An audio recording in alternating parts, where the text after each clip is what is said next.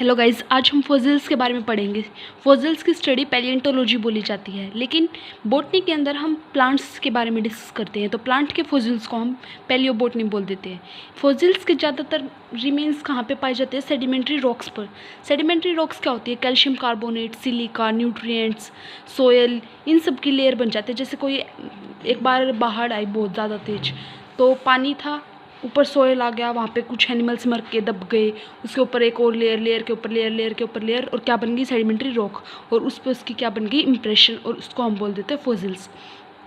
Pteridophyte जो plant है ना, इसके ज़्यादा अमाउंट में फॉसिल्स पाए जाते हैं, बहुत ज़्यादा अमाउंट में। ब्रायोफाइट, एल्गी, फंगस है, ये सॉफ्ट होते हैं, प्लांट होते हैं, तो इनकी फॉसिल्स इजीली डिस्ट्रॉय हो जाते हैं, ज़्यादा टाइम तक नहीं रह पाते हैं।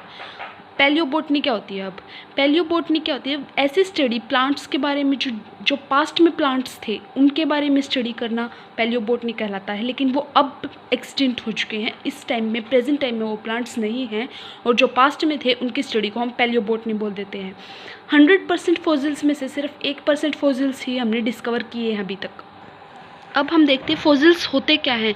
पुराने टाइम में कुछ प्लांट्स हैं, एनिमल्स हैं, ऑर्गेनिजम्स जो नेचुरल डिजास्टर की वजह से किसी रॉक के नीचे, स्टोन के नीचे, बड़े से के नीचे दब गए, तो वो दबे हुए हैं वहाँ पे डिकम्पोजर्स नहीं पहुँच सकते, उनको टुकड़ों में नहीं तोड़ सकते माइक्रो ऑर्गेनिजम्स, तो वो क्या करेंगे? वो अपनी एक ट्रेस छोड़ देंगे उस स्टोन के ऊपर ही, उसके साथ ही अपना रिलेशन बना लेंगे, उनके बीच में रिप्लेसमेंट्स होने लग जाएगा न्यूट्रिएंट्स का, वहीं पे बना लेंगे अपना एक ट्रेस, और उसको बोल देते हैं हम फॉसिल्स। फॉसिल्स क्या होते हैं? इज डिफाइंड एज रिमेन्स और इम्प्रेशंस ऑफ प्लांट्स और animals that has been excreted by the soil. ऐसे रिमेन्स प्लांट और एनिमल्स के जिनको हम सोइल में से खोद के निकालते हैं, उसको हम फॉसिल्स बोल देते हैं। प्रोफेसर बिरबल सैनी जो हैं वो पैलियोबॉटनी के फादर माने जाते हैं, और फॉसिल्स की स्टडी को हम पैलियोंटोलॉजी बोल देते हैं।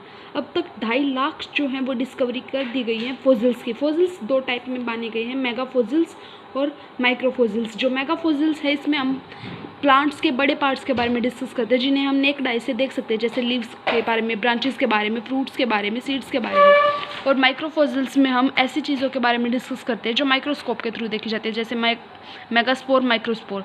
जनरली फॉसिल्स 2 टाइप के होते हैं, जो एक तो एक्सटर्नल कैरेक्टर्स के बारे में डील करे प्लांट्स के, और एक इंटरनल कैरेक्टर्स के बारे में डील करे प्लांट्स के। अब फॉसिल्स की टाइप क्या होती है? सबसे पहली आती है कंप्रेशन। इसमें क्या होता है? बिल्कुल एज इट इज़ ट्रेस बन जाता है, एक सेडिमेंट्री रॉक के ऊपर डिपॉजिट हो जाता है फॉसिल, और इसमें हम इंटरनल कैरेक्टर्स के बारे में डील करते हैं। वो शेप तो बिल्कुल यू क्यों ले लेता है, बाहर की आउटलाइनिंग सेम होती है, लेकिन अंदर जो न्यूट्रिएंट्स प्रेजेंट है हम उनके बारे में नहीं पता लगा सकते। इम्प्रेशन में क्या होता है? फॉसिल्स यूँ का यूँ इम्प्रेशन डाल देता है अपना प्लांट पार्ट का किसी रॉक पे, सेडिमेंट्री रॉक पे, और ये एक्सटर्नल फीचर्स के बारे में स्टडी करने में हेल्प करता है। अब मोल्ड और कास्ट क्या होते हैं?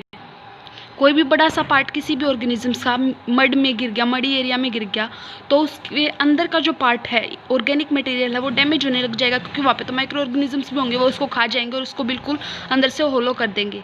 फिर सेडिमेंट पार्टिकल्स, जिस सेडिमेंट में वो गिरा है, वो उसके अंदर फिलअप हो जाएंगे और कास्ट की फॉर्मेशन कर देंगे।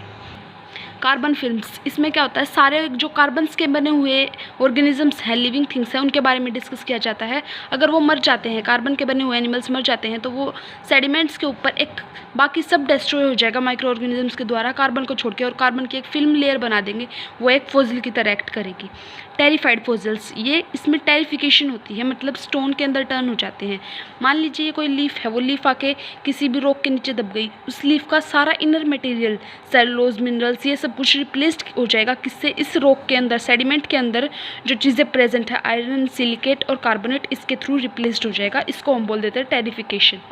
सूडोफॉसिल्स, कुछ वाटरी सब्सटेंस मिनरल्स के साथ मिलके एक शेप ले लेते हैं एज अ प्लांट और एनिमल फॉसिल्स की, लेकिन जब हम उनको देखते हैं ना, तो वो प्लांट के फॉसिल्स होते हैं ना, वो एनिमल्स के फॉसिल होते हैं। इनको हम सूडोफॉसिल्स बोल देते हैं।